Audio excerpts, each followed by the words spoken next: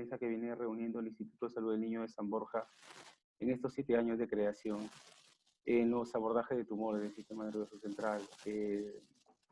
Como dije, tenemos autoridad de la neurocirugía peruana aquí con nosotros y eso temoriza un poco, pero yo espero cumplir las expectativas de todos, hablarles de lo que hacemos el día a día y de la poca experiencia que podemos mostrar y abierto a cualquier interrupción o pregunta durante la presente, ¿no?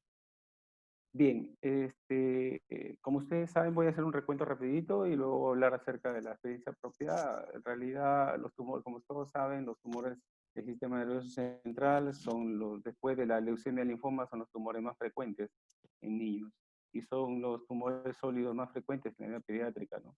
Que hacemos una distribución por grupos en niños menores de 14 años, acá a la izquierda. Los más frecuentes son los atraumatismos pilocíticos, los embrionarios como el medulloblastoma y los gliomas de alto grado, ¿no? O gliomas en general, ¿no? Pero cuando este grupo etario se toma a partir de los 15 años, la casuística varía, ¿no? Siendo los tumores pituitarios los primeros en frecuencia, ¿no? Siguiendo los otros tumores. Es importante mencionar que también hasta el 10% de pacientes presentan algún síndrome asociado que lo predispone al desarrollo de tumores, ¿no? Y entre ellos tenemos pues la neurofibromatosis como lo más frecuente, tipo 1, tipo 2, la esclerosis tuberosa, como el caso que tenemos aquí a la derecha, que típicamente produce tumores, los SEGA o subependimoma de células gigantes, o estrictoma de células gigantes, que podemos ver aquí uno, entre otros síndromes, ¿no? Y también no dejar de mencionar que hoy en día está más que demostrada que las radiaciones ionizantes aumentan significativamente el riesgo de desarrollar tumores del sistema nervioso central, ¿no? En aquellos tumores, aquellos pacientes que recibieron radiación craneal por una leucemia linfoblástica aguda de hace varios años, pues en el tiempo se ha demostrado que ellos en un mayor porcentaje han desarrollado tumores del sistema nervioso central. Esto ha empujado a que hayan diversos estudios para ver qué tanto impacto pueden tener en la realización de tomografías computadas, ¿no? En la evolución de los niños o en el desarrollo de tumores del sistema nervioso, ¿no? Y hay papers bastantes que demuestran el aumento de este riesgo, ¿no? Es por ello que muchos países, pues, se están haciendo protocolos de secuencias rápidas con una exposición menor a radiación, o si se busca, por ponerles un ejemplo solo, queremos solo ver parte ósea, pues se hace un protocolo reducido de exposición para que de manera solo se vea la parte ósea y con eso la exposición a radiación sea mucho menor, ¿no? Es por ello que también se han creado los consentimientos informados en ese sentido, ¿no? Desde la creación desde la publicación y autorización de lo que es la clasificación de los tumores del sistema nervioso central por la OMS, pues desde el punto de vista histopatológico, hoy en día todos somos conocedores de que tanto las clasificaciones moleculares como la identificación de mutaciones genéticas en los diferentes tipos de tumores están ganando predominancia e incluso están modificando los protocolos de manejo de pacientes. Sabemos, por ejemplo, que los medulloblastomas hoy en día están clasificados en 4 grupos y, por ponerles un ejemplo, aquellos que ya se les ha hecho estudios moleculares, como los tipo WIN, que es el primer grupo, se han intentado, a propósito de un training que hemos tenido hace poco, esquemas nuevos con dosis reducidas de radiación que están logrando lo mismo con a largo plazo. Entonces, en ependimoma, los grupos A, que son de peor pronóstico, grupo B o los supratemporales también con sus clasificaciones genéticas específicas, o mutaciones genéticas como la mutación de la histona 3, que se presentan en gliomas de línea media, ¿no? Los típicos DIPG, los tumores difusos de tronco, tienen esta modificación en la histona 3, o la presencia de la mutación de IRAF o el síndrome de DICER1, muy frecuente en sarcomas, ¿no? Esto lo menciono porque, a diferencia de la gran mayoría de países, en el Perú existe una incidencia bastante alta de sarcomas. Y voy a mostrar, a propósito de los casos que voy a mostrar, hay un caso en particular que lo muestro, porque vemos con relativamente frecuencia sarcomas, ¿no? Algo que en la literatura no se muestra. No voy a hablar de clínica, eso, solo voy a puntualizar uno, dos o tres aspectos de la parte pediátrica porque son importantes mencionarlos, ¿no? Cuando nosotros evaluamos la posibilidad de que exista hipertensión endocraniana en un niño, es menos probable, sobre todo en un niño menor, que nosotros encontremos el patrón típico o la sintomatología clínica típica de una hipertensión intracraneal, ¿no? Existe una relación lineal, sobre todo en menores de 10 meses, entre el crecimiento craneal y la presencia de hipertensión endocraniana crónica. ¿Ah? Entonces, en otras palabras, niño pequeño y cabezón, hay que investigar un cuadro de hipertensión subyacente. Y las tres principales causas de una macrocránea en un menor de 3 años, pues, o tiene hidrocefalia, o tiene un tumor, o tiene una estenosis producto. Entonces, como ven aquí en esta publicación del Lancet, la macrocefalia es el principal signo que se presenta en los niños que tienen hipertensión intracraniana seguido de náuseas y vómitos y la irritabilidad, y no la clásica pues, sintomatología del adulto. Para hacer un esquema también práctico de la presentación clínica, si nosotros dividimos los tumores en supratentoriales, centrales, fosa posterior, tronco cerebral o la médula espinal, pues vamos a ver que existen tres síntomas típicos por cada localización que nos aproximan un poco al diagnóstico. A nivel supratentorial vamos a poner los signos de incremento de la presión intracraniana, crisis o signos focales.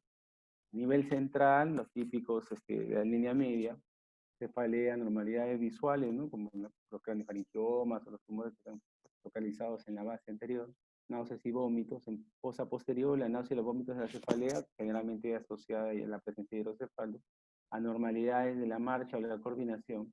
Cuando es tronco, se modifica un poco la clínica y lo más frecuente es que aparezcan anormalidades de la marcha o de la coordinación, seguidos por parálisis de pares craneales y signos piramidales menos frecuentes. Y cuando es a nivel de la columna, pues tenemos que el dolor espinal, el dolor de la espalda, mejor dicho, el dolor es más frecuente. Es el síntoma más frecuente en los niños es el dolor. Menos frecuente la inestabilidad de la marcha o la coordinación o la deformidad espinal. ¿Ya? Ellos presentan sintomatología de déficit mucho más tardíamente, ¿no? Y en ese sentido, esta publicación de Pediatric Hematology Oncology nos muestra algo muy interesante. Miren, el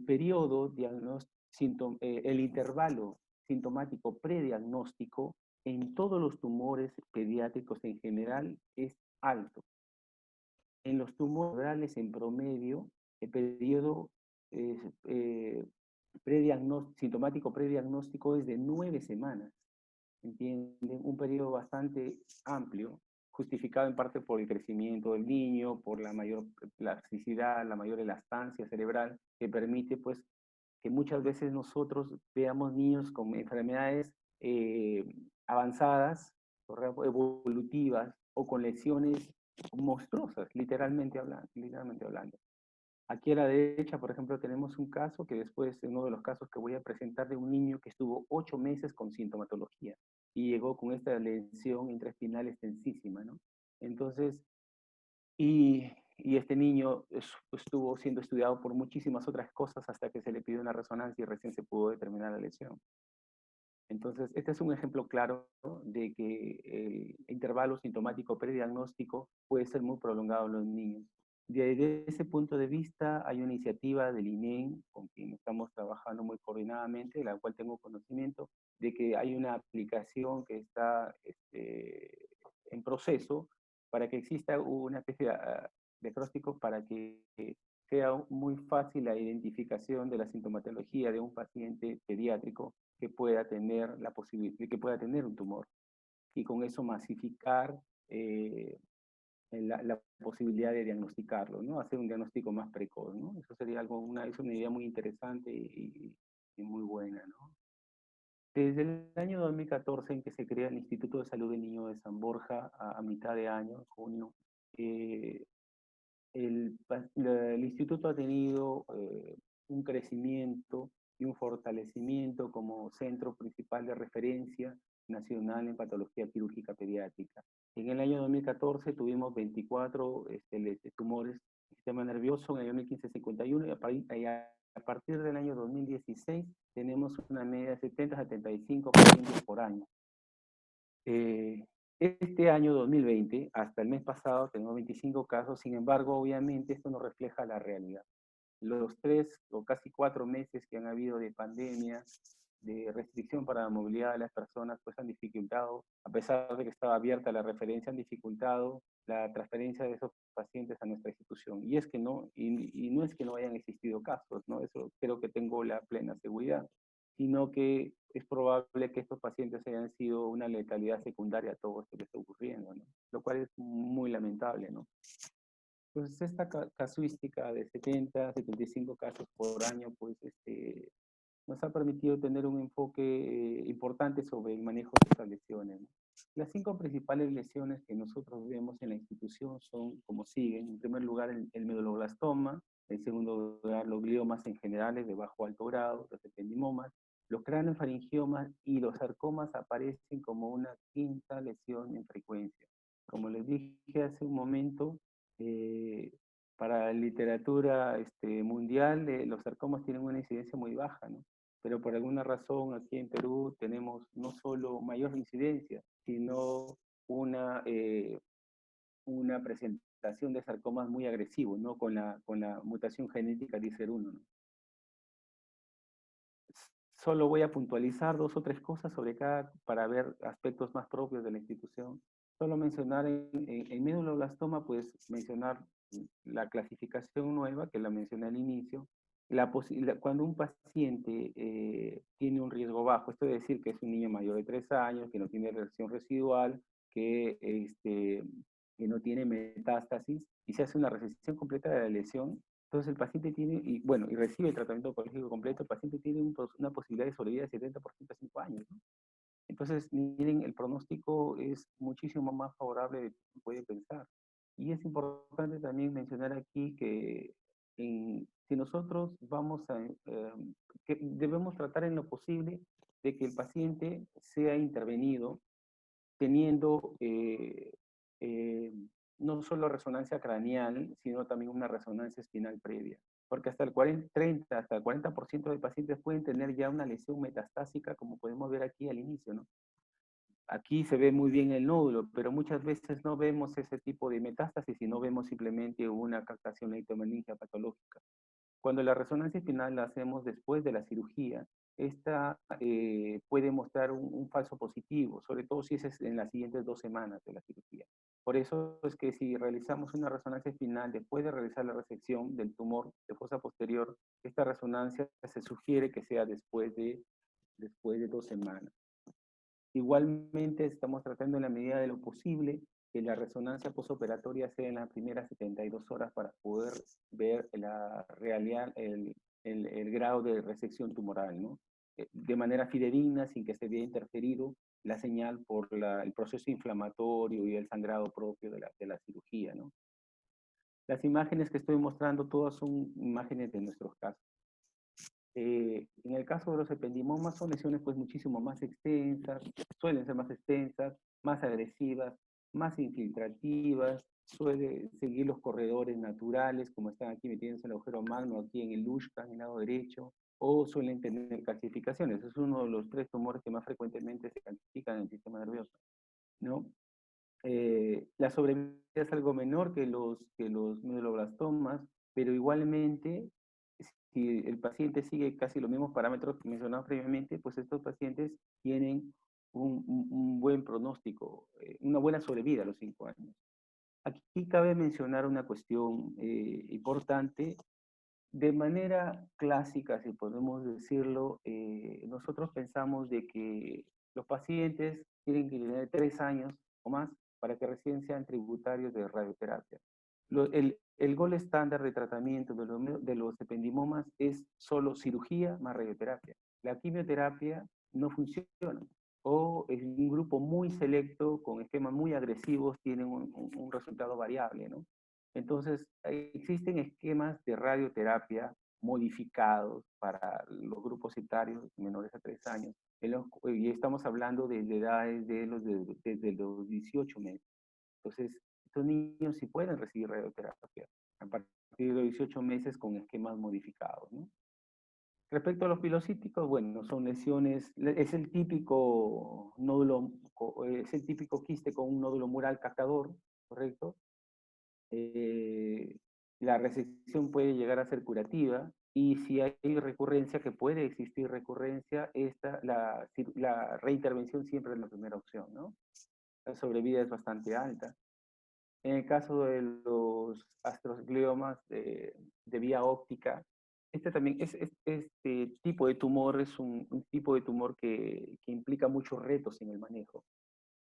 Eh, Retos en el sentido de que, mira, va a ver, son lesiones que hasta el 70% de estos casos son estrocitomas pilocíticos, o sea, lesiones grado 1, según la clasificación de la OMS, de muy lento crecimiento. La antecedente de neurofibromatosis es absolutamente importante, porque los pacientes que tienen neurofibromatosis tipo 1 y, este, y gliomas de vía óptica, pues tienen un pronóstico muchísimo mejor que aquellos que no la tienen, ¿correcto? Y entonces,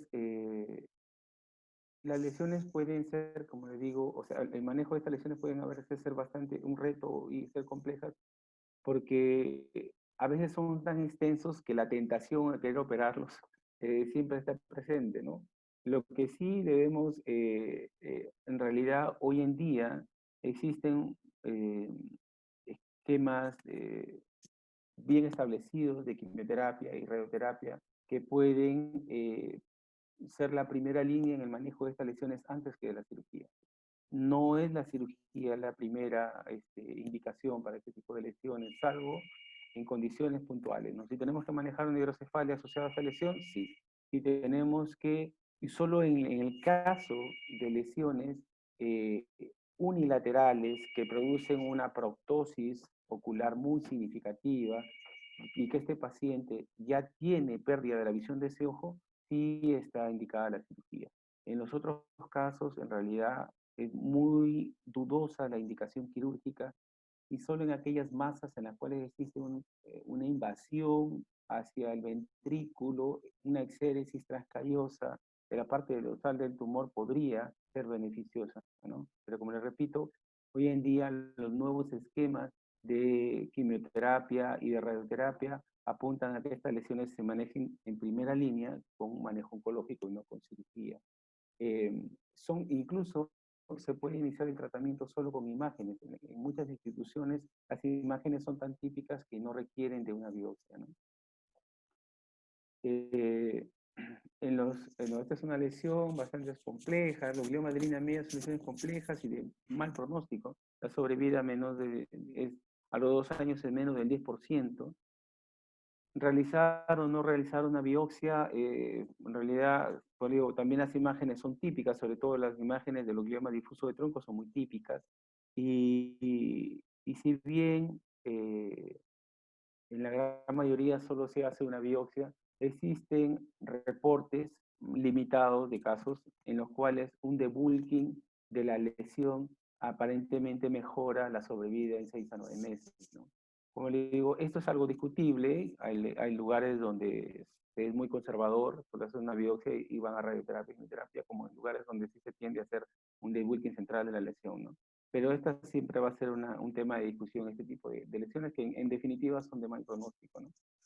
Los craniofaringiomas, bueno, podemos a veces vernos con craniofaringiomas muy pequeños, como con lesiones monstruosas, como pueden ver aquí, que se va con una parte quística hasta, hasta la fosa posterior.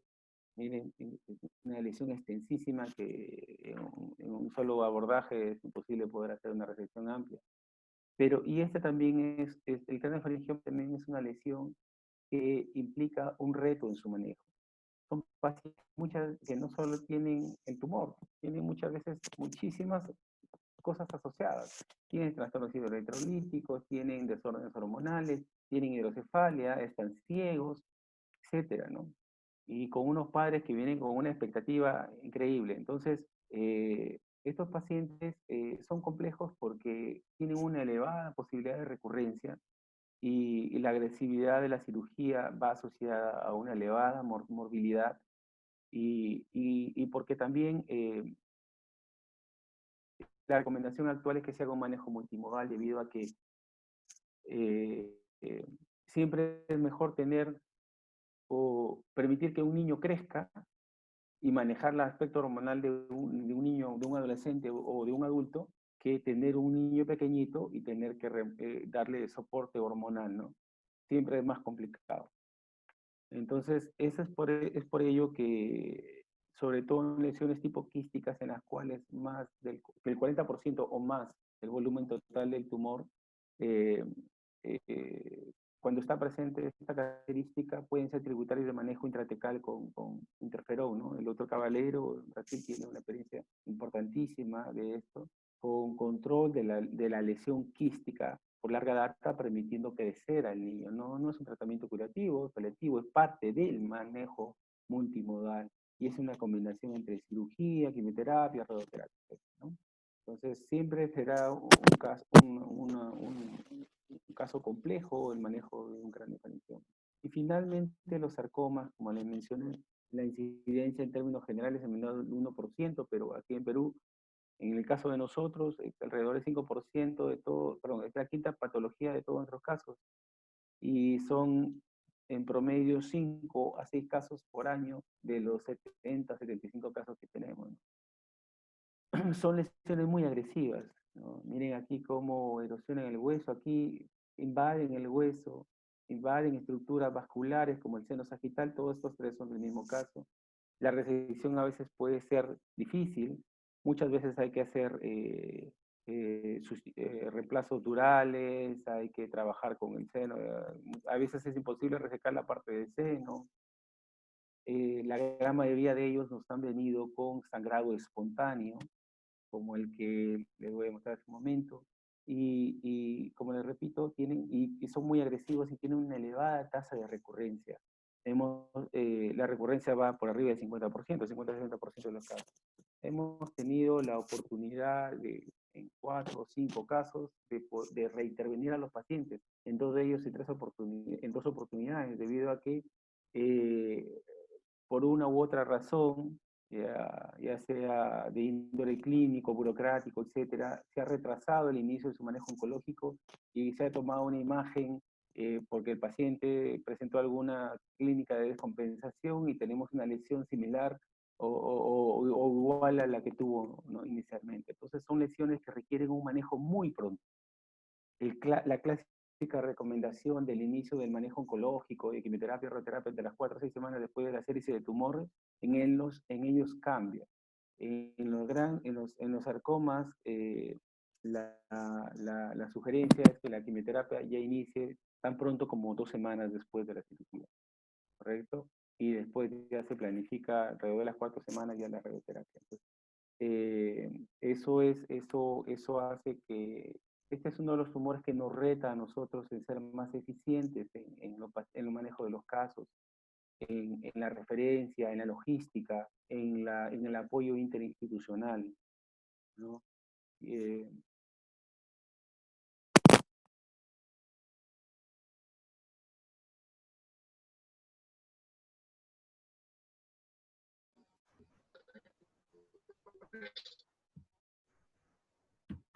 Doctor Dani, no se le llega a escuchar el micro.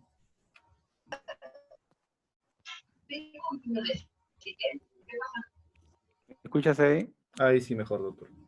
Sí, a ver, voy a juntarme. Ahí sí, escúchenme, ya, Sí, perfecto. en la Digo, diapositiva, esta ya, última diapositiva no la hemos escuchado, la anterior es ya, todo muy clara. ya. Como le dije, la experiencia del Instituto del Niño de San Borja empieza en el año 2014, con la apertura de la organización del servicio, la apertura del hospital, ¿no? Es uno de los servicios que inicia con el hospital.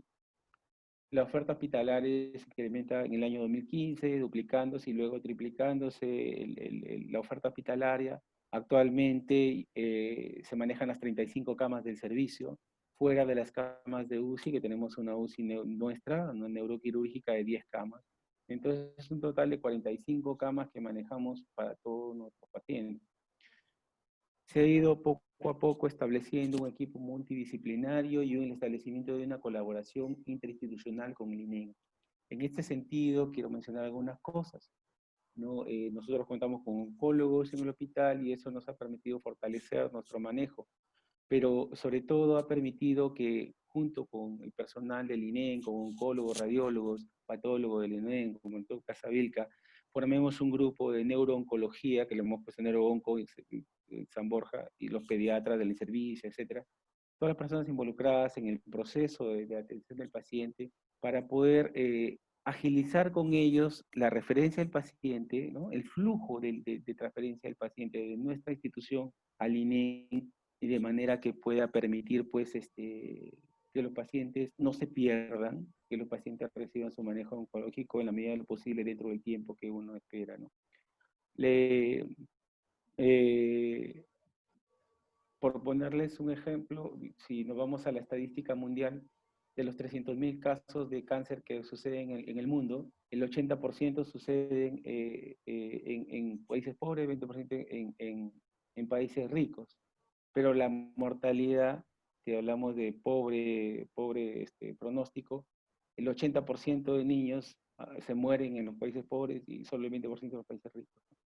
Y es que está demostrado, hay papers que publican todos los aspectos de que aquellos niños que no tienen un adecuado acceso a los sistemas de salud, uno, que no reciben su tratamiento oncológico oportuno, que no son tratados en las instituciones con elevado flujo de pacientes o que tengan el personal especializado para manejar este tipo de lesiones, pues tienen un peor pronóstico, ¿no? Eh, Bien, el instituto ha seguido avanzando y desde el año 2018 aproximadamente, y hay un banco de tejidos tumorales, se recolecta en fresco los tumores en el mismo acto quirúrgico y se está recolectando tejido fresco de tumores para estudios futuros, ¿no? Genéticos, etcétera, que está planificando el instituto, ¿no? La Organización Mundial de la Salud, la Organización Panamericana de la Salud, tiene un proyecto de mejorar el pronóstico de los niños con tumores a nivel mundial y ha tomado 5 países como referencia, entre ellos está el Perú, para hacer un piloto, para que dentro de los 5 tumores que han elegido, uno de ellos es los gliomas de bajo grado, ¿no? Porque tienen mejor pronóstico.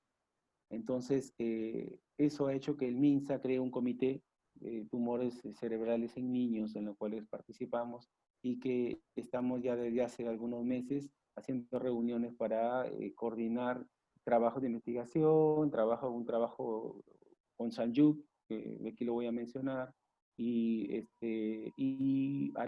todo esto está empujando a la creación de protocolos, ¿no? Para manejo nacional, ¿no? Eso es el objetivo final, ¿no?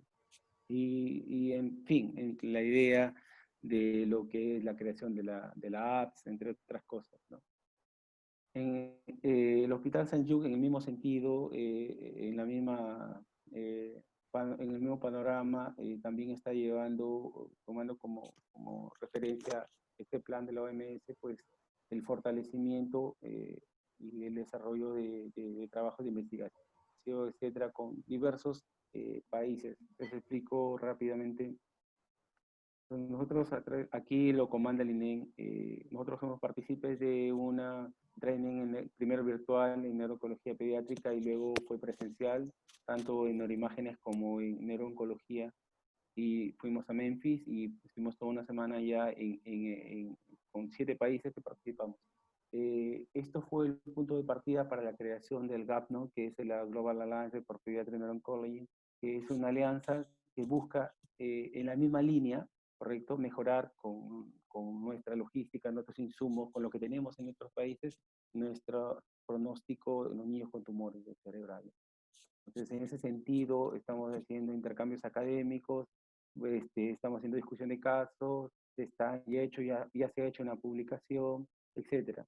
Entonces, y eso está sirviendo de fortalecimiento a nuestro grupo de Comité MINSA y está sirviendo para todo el plan que se está encaminando, ¿no?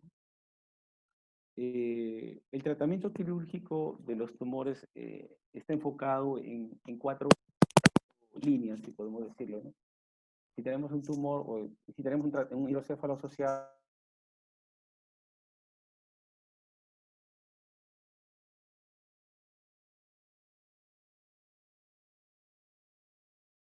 no descender la resistencia, mucho la resistencia de la derivación, colocar una derivación ventrículo-peritoneal de primera intención que también nos expone al desarrollo por la descompresión rápida de higromas o de hematomas subdurales y hay que tener la precaución en ello.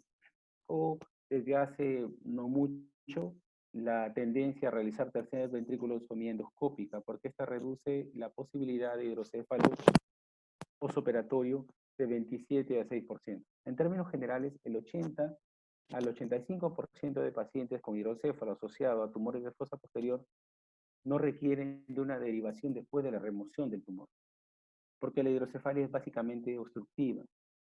Este es un dato importante porque eso nos hace cambiar un poco la idea de que debemos no colocar no debemos colocar de primera intención una derivación ventrículo-peritoneal, ¿no? Porque esto implica un dispositivo permanente y obviamente la necesidad de control, asistencia médica. Un niño que usa una válvula tiene 2 a 3 veces más el riesgo de muerte, perdón, que un niño normal, por ponerles un ejemplo, ¿no?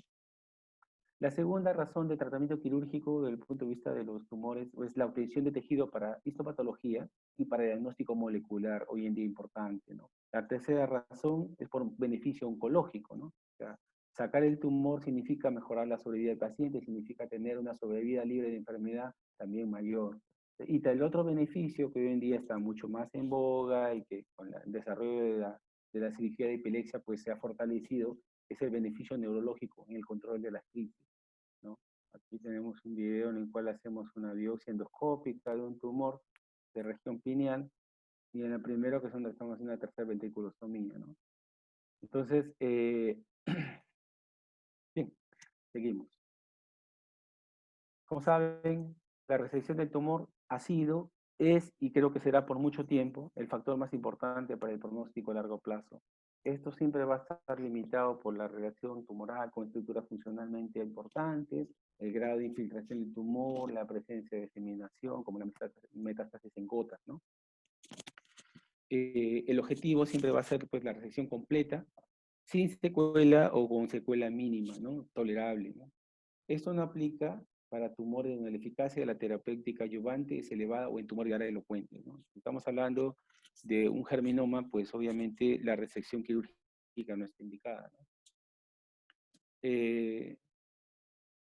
La preparación de la asérisis tumoral implica varios aspectos, y bueno, aquí en par de ellos me voy a entender un poco porque creo que es importante mencionarlo. Después de evaluar concienzudamente las imágenes, y voy a ir a esta lámina de localización, diseminación, presencia de metástasis, evaluar el compromiso de áreas subyacentes, la presencia de metástasis, como ven aquí. La resonancia magnética nos es muy útil en sus diferentes secuencias para poder ver, para poder conocer la lesión, ¿no? Incluso, por ejemplo, la secuencia, el mapa ADC nos predice que es un tumor altamente celular y nos aproxima un poco a los diagnósticos, ¿no? Como la perfusión o una reconstrucción tridimensional, miren, para ver el grado de agresividad. La espectroscopía nos puede ayudar en lesiones que sospechemos que no sea una lesión tumoral o el diagnóstico sea dudoso. Entonces, el estudio concienzudo de las imágenes, o realizar una angiografía, por ejemplo, el estudio concienzudo de las imágenes es vital para hacer una adecuada planificación quirúrgica eh, del abordaje y del objetivo quirúrgico, ¿no? Y el objetivo quirúrgico es importante por lo que le voy a mencionar acá. Bien, el segundo aspecto es la quimioterapia neoadyuvante cuando ésta se aplica, ¿no? Esto es importante valorarlo en tumores en los cuales es posible hacerlo, sobre todo en niños muy pequeños, en lactantes, porque a veces hay lesiones tumorales tan extensas que uno sabe que son ricamente vasculares y que estas van a sangrar mucho y podrían poner en riesgo hemodinámicamente hablando al paciente en el intraoperatorio, incluso de mortalidad. La mortalidad puede llegar hasta el 33% según algunos reportes en niños menores de 2 años, ¿no? Es elevado en niños pequeños por diversos factores, ¿no? Entonces, debe evaluarse esto cuando los niños son pequeños, ¿no? En tumores, carcinoma del plexo coroideo se puede dar quimioterapia, hacer que los tumores se reduzcan, ¿no? Hacer un shrinking del tumor y luego incluso se reduce la vascularidad, se ha demostrado que la quimioterapia reduce la vascularidad tumoral y con ello favorece el exército, ¿no? En este punto me quiero detener un poco el consentimiento de la familia, ¿no? Este es un aspecto muy importante en neurocirugía pediátrica, ¿no? Porque lidiar con los padres, o sea, no solo uno tiene que lidiar con la situación de la enfermedad del niño, el niño en sí, sino también con los padres. Unos padres abrumados por la enfermedad del niño, en las que todas las expectativas sobre los resultados del tratamiento y el pronóstico, obviamente, ¿no? Entonces es importante que nosotros no abrumemos con tanta información a los papás y seamos muy claros y no los confundamos con tanto termo médico que al final no entienden. Y no es infrecuente a veces escuchar a padres que dicen, no sé qué tiene mi hijo, ¿no? O piensan que tener un tumor es como tener una bolita que hay que sacársela y se le llevan a su casa porque los niños siempre están bien. Los niños muchas veces están muy bien y no parecen tener la lesión tan grave que suelen tener, ¿no? Entonces, es muy importante a los papás explicarles no solo los riesgos propios de tener un medulloblastoma, por ejemplo, sino explicarles los riesgos específicos, la diseminación de esta lesión, si está comprometiendo algún área noble, por ponerles unos, si tiene metástasis, las expectativas de la cirugía para los padres, o sea, ¿qué esperan ellos de esa operación? ¿Y qué esperamos nosotros? O sea, ¿cuál es nuestro objetivo? ¿Qué es factible bajo el estudio que hemos hecho de las neuroimágenes, de que podamos resecar el tumor y eso informarles a los padres? Y la posibilidad de una segunda cirugía, un second look, ¿no? O de procedimientos adicionales como la colocación de una derivación externa o una derivación ventriculoperitoneal con hidrocefalia, por ejemplo, ¿no? La preparación preoperatoria. El NPO de los bebés es una situación que genera mucha ansiedad a los padres y a los niños, ¿no? Según la Academia Americana de Anestesiología, un niño puede tomar agua hasta 2 horas antes de la cirugía, leche materna hasta 4 horas antes, fórmula hasta 6 y alimentos sólidos hasta 8 horas, ¿no? Pero a veces existen prácticas hospitalarias en las cuales el niño tiene que estar 12 horas en el NPO y el niño llega deshidratado, llega hipoglicémico y así empieza el acto quirúrgico. Entonces, esas cosas son importantes tenerlas en cuenta porque no existe una justificación para un ayuno prolongado en un niño, ¿no? Y el trabajo en equipo también es sumamente importante, que uno tiene que coordinar con el anestesiólogo, la inestabilidad, o sea, uno sabe a qué lesión tumoral se está enfrentando. Uno presume que esa lesión va a sangrar, uno sabe que es compleja y que se va a demorar, entonces tiempos como esos uno tiene que comunicárselos al anestesiólogo, ¿no? A veces el simplificar un poco las cosas puede traernos problemas. Eh, las coordinaciones, por ejemplo el uso de de estimulación intraoperatoria, el uso de monitoreo intraoperatorio, por favor. Ya, son cosas que son importantes para el momento mismo de la cirugía, ¿no? Por ejemplo, cuando existe monitoreo intraoperatorio, la coordinación con anestesia es importante por el tipo anestésico que tiene que usarse, ¿no? Y la coordinación y el neurocirujano también es importante para que se logre un óptimo resultado, ¿no? Solo voy a mencionar algunas cosas respecto al principio general y voy a presentar un par de casos. Ya hay que tomar siempre ventaja de la gravedad. Esas recomendaciones de inclinar, de extender la cabeza 10 a 15 grados, por ponerles un ejemplo, en ciertos abordajes son importantes porque nos relajan el cerebro y permiten que sea la gravedad la que actúe y no nuestra espátula. ¿Ya? La espátula hace daño muchas veces. Debe haber un drenaje precoz de las cisternas, como estamos haciendo acá, que ya tenemos la cisterna autocarótida, ¿no? Está el nervio óptico, la carótida, donde estamos evacuando el SR. Y para esto solo necesitamos de un bipolar y una aspiración para hacer ese proceso con una tracción mínima, ¿no? Siempre es mejor remover hueso que retraer el cerebro, ¿no? Lo que les mencioné hace un momento, la mortalidad en niños menores de 2 años puede ser muy alta. De allí que la importancia de minimizar la pérdida sanguínea. Entonces, nosotros solemos usar una infiltración de los tejidos blandos con una mezcla de bupivacaína 0,25% y epinefrina 900.000 y colocamos 1 centímetro por kilo de peso el paciente sobre la base de la dosis máxima de bupivacaína. Hay que tener en cuenta que no hay que la bupivacaína puede producir una inestabilidad hemodinámica importante y arresto cardíaco. Entonces tenemos que tener la precaución de aspirar y tener la certeza de que no estamos inyectándolo en un vaso. Y la infiltración nos ayuda pues para disecar el tejido, nos da anestesia, nos da analgesia durante 4 a 6 horas la bupivacaína, y la epinefrina pues nos va a vasoconstricir el vaso, que nos va a permitir pues hacer un abordaje mucho más limpio. También podemos reducir nuestra pérdida sanguínea realizando la presión de los tejidos en los bordes en lugar de aspirar. Muchas veces somos proclives a usar 2 aspiraciones, 3 aspiraciones, es posible, no sé, y no ver sangre. Es muy bonito no ver sangre, ¿correcto? Pero la sangre, no estamos evitando que sangre el niño, y ese es el problema final, ¿no? O sea, no vemos sangre, pero toda esta sangre se va a ir a las aspiraciones, ¿no? Y si no tenemos un safe saver, pues eso es algo pues, que es peligroso. En los niños, por eso digo, si nosotros tenemos un sangrado del borde de la piel, lo presionamos hasta que nos den el bipolar y podemos hacer la coagulación, ¿no? Nos puede tocar una enfermera lenta y nos demoramos un montón hasta que nos llegue el bipolar, o el bipolar no funciona y hasta que lo arreglen, o no está en la potencia adecuada, entonces pasan segundos que pueden ser valiosos en el volumen sanguíneo final que se pierde.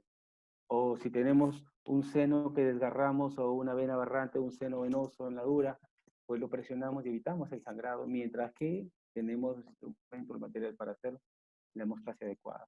Y evitar la presión abdominal es importante también, porque eso pues aumenta de manera retrógrada la presión venosa y la partición intracraneana, y por tanto el sangrado.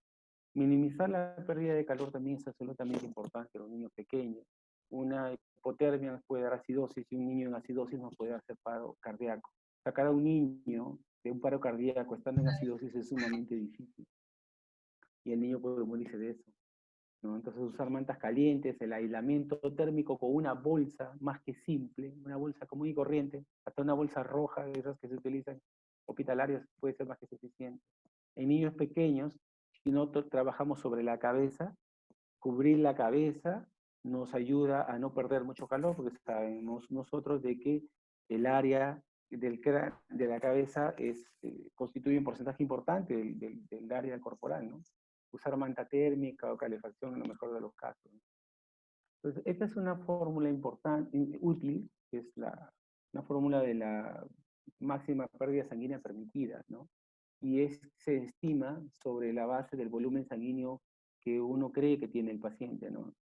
En promedio, un niño entre 1 año y 12 años es de 75 mililitros por kilo. Entonces, nosotros lo trasladamos a eso. O si, un ejemplo simple, en un niño de 5 kilos, aproximadamente es 120 centímetros cúbicos, y ese debe de ser el volumen máximo permitido sanguíneo, ¿no? Que se debe permitir su pérdida. Entonces, si se anticipa una mayor pérdida sanguínea, la transfusión debería ser iniciada, ¿no? Al inicio de la craniotomía ya podríamos estar iniciando, se no sabe que va a sangrar de manera significativa. Entonces, simplemente trasladamos los valores de aquí a esta fórmula, que es el volumen sanguíneo por el hematocrito inicial del paciente, 35, 38, etcétera, menos el hematocrito mínimo esperado. Se suele utilizar en la gran mayoría de recomendaciones 22%, y el hematocrito inicial que tiene el paciente sobre debajo como denominador en toda la fórmula, ¿no? Es un dato importante que uno le debe ayudar a manejar mejor la parte hemodinámica intraoperatoria en coordinación con el anestesiólogo, ¿no? Mencionar algunos otros aspectos, ¿no? Uso retracción dinámica, si es necesaria. A veces, como les digo, solo es necesario el bipolar y el aspirador para la retracción. Preservar las venas es importantísimo, es una recomendación universal. Maximizar el uso de corredores naturales como la cisura de Silvio, como estamos aquí capturando. Confiar en las diferencias visuales o de textura sobre las imágenes, o sobre las imágenes guiadas por neuronavegación. Si uno está haciendo una exéresis de un glioma, el ver directamente el tejido tumoral o usando fluoresceína es que uno tiene la certeza de que eso es el límite del tumor, ¿no?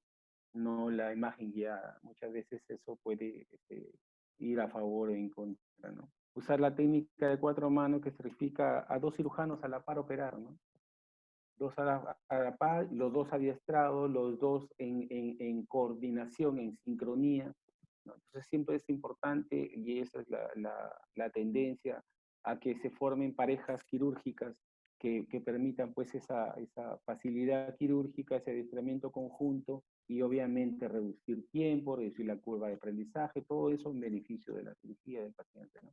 Así en de Wilking intracapsular, el tumor, ¿no? Que permita pues generar el espacio para luego, con espacio, poder hacer la separación de los bordes tumorales o de la cápsula del tumor respecto al tejido circundante sano. Usar apropiadamente el ultrasonido tiene ventajas sobre la succión coagulación. Muchas veces, y le digo porque es una práctica común, muchas veces no necesitamos el bipolar durante el acto quirúrgico, o muy pocas, usarlo 5 veces creo que a veces es mucho, porque usando el aspirador ultrasónico, este respeta los vasos y lo único que nos queda es un sangrado en napa que perfectamente con Suricel, Suricel fibrilar, que es muy bueno, Suricel y cotón y una ligera presión es suficiente para que se realice la hemostasia. Y tratar de usar el bipolar en una potencia baja, ¿no? Yo lo uso en 10 y cuando hago la parte superficial y parte del cerebro lo bajamos a 8, 7, sobre todo si está en la parte vascular, y es suficiente. Como le digo, si nosotros publicamos un hemostático, un cotón, y luego hay una pequeña área que no coagula, pues esa sería la única que recibe esa coagulación en una zona muy puntual, ¿no? El coagulador lesiona el tejido y y el tejido lesionado se dematiza, ¿no? Entonces, y otra recomendación también que creo que nace de la práctica es tomar ventaja de la succión regulada. Nosotros podemos regular nuestros aspiradores ultrasónicos en 100 en promedio para una neurocirugía, y cuando vamos a la parte vascular reducirlos a 50, cuando hagamos cirugía vascular netamente, ¿no? Porque esa es una succión controlada, y usar eh, aspiradores de diámetro reducido, ¿no? 6, 5, que son suficientes para lo que nosotros hacemos, ¿no? A veces nos dan succiones número 12, 14, y con el regulador que dice en full, y acercamos y se nos aspira 1 centímetro cúbico del cerebro solo con acercar el cerebro. O sea, puede a veces sonar grotesco, pero eso es algo, un dato pequeño, pero útil, ¿no? Que debemos tener en cuenta, ¿no? En el tratamiento quirúrgico usamos varias técnicas complementarias, ¿no? Y aquí me voy a avanzar porque creo que ya estoy usando el tiempo de todo estándar. Ultrasonido, neuronavegación, imágenes funcionales, el mapeo cortical, uso de dispositivos con el neuroendopor, por ejemplo, que estamos usando acá para hacer un abordaje muy limitado con neuronavegación, muy puntual, y estamos haciendo una biopsia aquí muy focal, o aquí el uso del neuronavegación para la focalización de la misma lesión, el ultrasonido aquí. Voy aquí a hacer una pausa en lo que es el uso del ultrasonido. El doctor Sandler, en una de sus visitas a nuestra institución, pues nos adiestró en las pautas básicas de este proceso, y con él hicimos un caso, que es el que podemos ver acá a la derecha, ¿no? Acá hay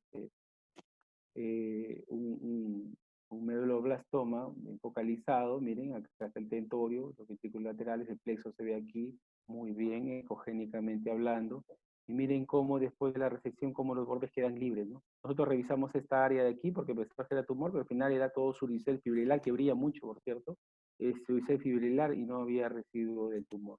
Es una técnica muy útil, sencilla, un traductor de 5 Hz es suficiente, el más pequeño, para poder hacerlo en el intraoperatorio, ¿no? Y bueno, el doctor Sandra, estamos agradecidos por ello, porque nos ha ayudado mucho a mejorar nuestro grado de resección tumoral con esta técnica.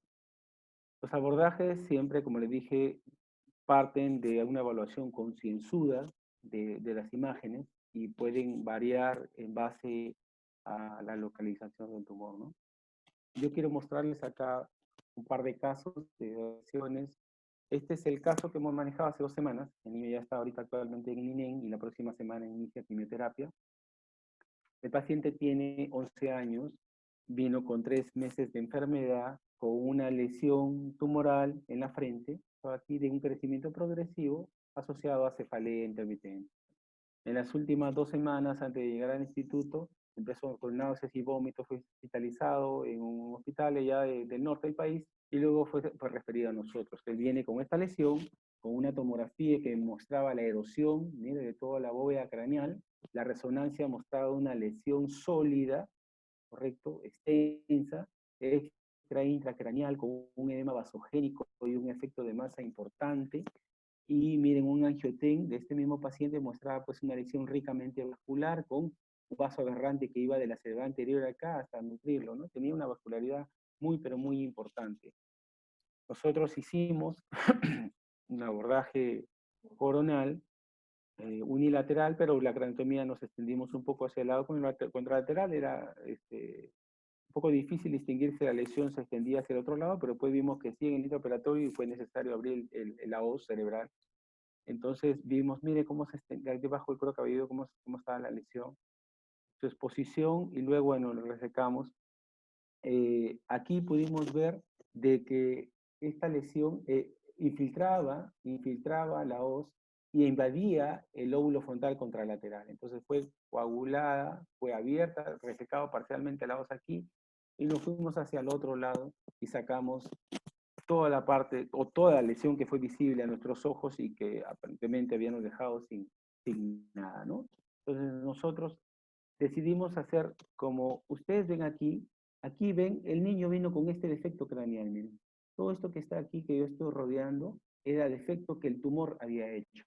Pues nosotros hicimos una craneotomía alrededor del tumor, sacamos, y decidimos sacar un fragmento óseo a nivel del coronal, pero ya de la zona cubierta por cuero cabelludo, e hicimos, mediante la técnica de split, un fragmento óseo lo dividimos en dos. Los niños mayores de 4 años ya tienen diploide. Este niño tiene 11, tiene un buen diploide, como pueden ver aquí.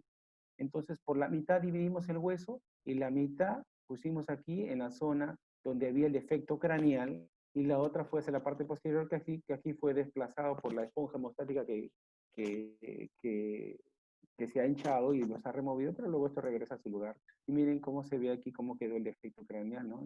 De manera importante reducido y estéticamente muy bien. Esta es la resonancia postoperatoria. Aquí vemos que hemos sacado la lesión, teniendo la sospecha de que, bueno, esto solo es captación periférica producto del acto quirúrgico. Hicimos una duroplastía importante de toda esta área, porque como les mencioné, la dura está infiltrada. Y nos teníamos la duda de aquí que esto podía ser tumor y lo constatamos que sí. Miren, esta secuencia de difusión y en esto el mapa ADC podemos ver que restringe difusión aquí y acá en el mapa ADC se ve la inversión que habla de un tumor hipercelular, ¿no? Este nódulo pequeño que en la evaluación del INEM consideraron que no había problema con eso y como les mencioné hace un momento, este niño está iniciando quimioterapia la próxima semana y ya se le está planificando su radioterapia, ¿no? Los sarcomas suelen venirnos así. Son lesiones que retan como les dije, no solo nuestra capacidad como servicio, nuestra capacidad técnica, sino nuestra capacidad logística, nuestra capacidad como sistema de salud, ¿no? Entonces, es una lesión muchas veces de difícil manejo, ¿no? Este es otro caso, también es un caso muy interesante de un niño que cuando llegó a nosotros tenía 2 años, 7 meses. Este niño estuvo 8 meses andando con sus síntomas que empezaron con dolor en la espalda, luego no quería caminar, luego una debilidad progresiva y hasta llegar a la incapacidad para poder caminar. El niño, bueno, en la evaluación donde en la institución donde había sido evaluado, consideraron que podía tener una miopatía, le hicieron una biopsia muscular que salió negativa y recién ahí decidieron hacerle una resonancia magnética donde encontraron esta extensa lesión que va desde 11 hasta el sacro, ¿no? Y invade las foráminas incluso como podemos ver aquí en estos cortes axiales, ¿no? Acá. Entonces, esta lesión extensísima, nosotros decidimos desde hace algunos años, en los casos en los cuales está indicado, o generalmente en niños mucho más menores, la patología de columna no es frecuente en niños, entonces no es una técnica que la hagamos por relativa frecuencia. Pero a la fecha hemos hecho 10 casos en los cuales hemos utilizado esta técnica de split, ¿no? Entonces, mediante un abordaje de línea media estándar, hacemos un corte, preservamos muy bien los ligamentos supraespinoso, interespinoso, hacemos un corte medial de estos ligamentos, ¿correcto? Como vemos aquí, y luego hacemos, ya sea con sierra oscilante o con un craniotomo quitándole el capuchón, hacemos la apertura de la espinosa, y luego hacemos una pseudofractura, ¿correcto? La espinosa de la lámina, y logramos este abordaje tan bonito como vemos acá, de este tumor, estamos hablando de este caso, incluso el tumor erosionaba acá ya la dura madre, había una derrupción dural acá, ¿correcto? Y, y iniciamos la exéresis estándar del tumor, ¿no? Esta es la resonancia postoperatoria, donde vemos todavía acá un nódulo pequeño residual pegado al cono, ¿correcto? No fue posible distinguir en el intraoperatorio, ya que era tumor y cono, entonces nos vimos obligados a dejar esta pequeña lesión. El niño resultó la anatomía patológica ser un meningioma de células claras, grado 2, según la Organización Mundial de la Salud, y debido a este nódulo residual decidieron iniciarle en línea en radioterapia, recibió un ciclo de radioterapia, estamos hablando del año 2018, el niño fue operado en la primera cirugía en el diciembre de 2017. Entonces, y le hacen radioterapia en abril de 2018, ¿correcto? Y le han hecho seguimientos. Las lesiones se mantuvieron estables hasta octubre del año pasado, donde empezaron a aparecer nódulos aquí en L5, L4, ¿correcto? Y que motivaron, después de una evaluación, la necesidad de una reintervención. Pero aquí lo que le quiero mostrar es que, miren, esta técnica de abordaje, la laminotomía en split, es un abordaje bien noble. Miren cómo en esta tomografía de reconstrucción, cómo se ve una adecuada fusión de las espinosas y de las láminas, ¿no? Miren, y cuando nosotros hemos reintervenido a este niño, como este niño fue reintervenido eh, ha sido en enero de este año, ya, debido a la recurrencia, hemos visto que la fusión de estas láminas ha sido absolutamente buena. Ha sido muy difícil intentar hacer la misma técnica, ¿no? La técnica de volver a hacer el split en un paciente que ya se le ha hecho split, este sería nuestro segundo caso en esa experiencia, ¿no? Un niño que tuvo un tumor cervical, lo volvimos a hacer, ¿no? Debido a recurrencia igualmente, ¿no? Y en ese niño igualmente tuvo una fusión adecuada de la lámina. Entonces, bueno, la sonrisa del niño siempre es motivo para que nosotros hagamos lo mejor por ellos, ¿no? Entonces, esta es la experiencia que les quería mostrar. Estoy abierto a las preguntas que pudieran tener. El instituto también está abierto a los residentes rotantes que quieran ir.